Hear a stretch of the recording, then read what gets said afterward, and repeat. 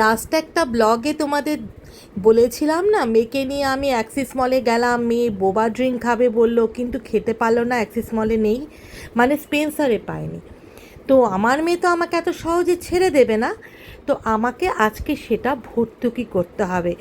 হ্যাঁ, আমাকে বাড়িতে বানিয়ে দিতে হবে বোবা ড্রিঙ্ক।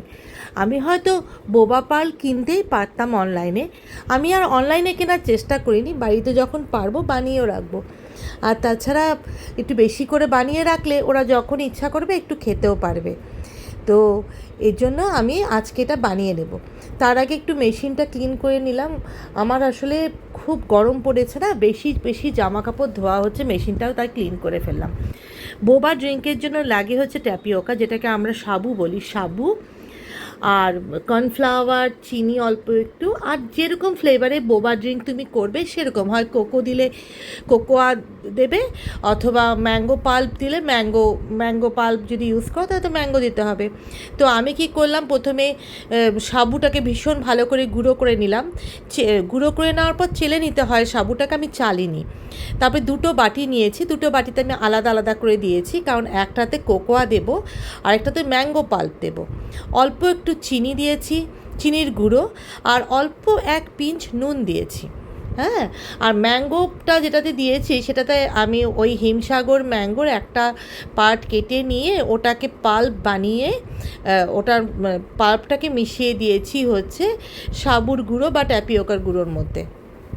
তারপরে ওটাকে মেখেছি। মাখাটা মাখতে হবে হচ্ছে, এর মধ্যে কিন্তু অল্প পরিমাণে কর্নফ্লাওয়ারও মেশাতে হবে, দুটো পোর্শনে।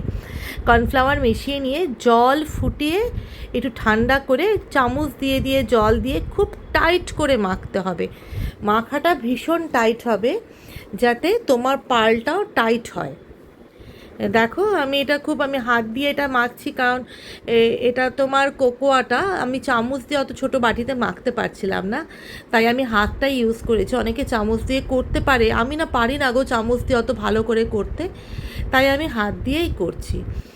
তোমরা বলতে পারো দুটো কেন করছি, কারণ আমার বাড়িতে দুজন, আমার পুত্র খাবে হচ্ছে কোকোয়া ফ্লেভার, আমার মেয়ে খাবে হচ্ছে ম্যাঙ্গো ফ্লেভার। তো তাদের দুজনের মনই তো রাখতে হবে, বোনের মন সবসময় রাখলে হবে না, ভাইয়ের মনও রাখতে হবে, তাই না? তো দুটোই বানিয়ে রেখেছি। এর মধ্যে না আমি একটু কর্নফ্লাওয়ার স্প্রিঙ্কেল করে রেখেছি, তাহলে ওরা গায়ে গায়ে লেগে যাবে না। এবার আমি জল বসিয়ে দিলাম গ্যাসে, জল ফুটতে থাকবে।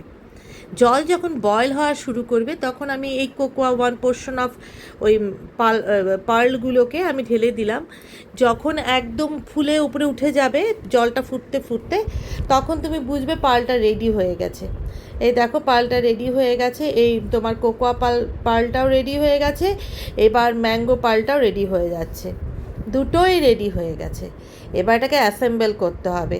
মেয়েরটা নিয়েছি আমি ম্যাঙ্গো পাল্প দিয়েছি, ম্যাঙ্গো কুচি কুচি করে কেটে দিলেও হতো, ম্যাঙ্গো পাল্পের মধ্যে আমি ম্যাঙ্গো বোবা পার্ল মিশিয়ে দিচ্ছি। আমি মেয়েকে বললাম, মেয়ে বললো না অল্প অল্প করে দাও, বেশ কয়েকদিন ধরে আমি খেতে পারবো। আচ্ছা, আমি 4-5টা দিয়েছি। দেওয়ার পরে ওখানে আইস দিয়ে দিলাম, আর আমি এটা দুধ দিয়ে দিলাম। এই দুটো তো প্যাস্টোরাইজই থাকে, এই দুধটা জাল না দিলেও হয়, আমি জাল দিয়ে দেই, তো কালকে আমি জাল দেইনি। তোমার দুধ দিয়ে দিলাম, দুধ দিয়ে একটু নাড়িয়ে নিলাম, খুব বেশি নাড়ালাম না, মানে এমনভাবে নাড়ালাম যেন ওদের ভাগটা, ম্যাঙ্গো পাল্পের ভাগটা আর দুধের ভাগের ডিফারেন্সটা যেন বুঝতে পারা যায়। তার উপর দিয়ে দিলাম ভ্যানিলা আইসক্রিম। ভ্যানিলা আইসক্রিম দিয়ে তো মেয়েকে দিলাম। সে কিন্তু কালকের জন্য খেলতেও যায়নি, খেলতে গিয়েছিল, খেলতে গিয়ে আবার ফেরত চলে এসছে মা এটা বানাবে বলে। কি খুশি, দেখো মুখটা দেখো, বাপ রে বাপ! এর জন্য আমাকে সকাল থেকে মা কখন বানাবে মাথা খারাপ করে দিচ্ছিল। আর এটা আমার পুত্রের জন্য। ও কিন্তু বেস্ট ক্রিটিক্স, ও আমার রান্নার ভীষণ ভালো ক্রিটিক্স, ও যা বলে সেটাই।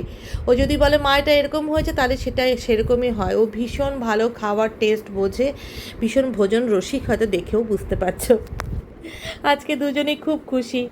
যাই হোক, এই গরমে এটুকু আনন্দ দিতে পারলাম, ভালো লাগলো। তোমরা সবাই ভালো থেকো, আরও আমরা গল্প করব। আজকের জন্য টাটা।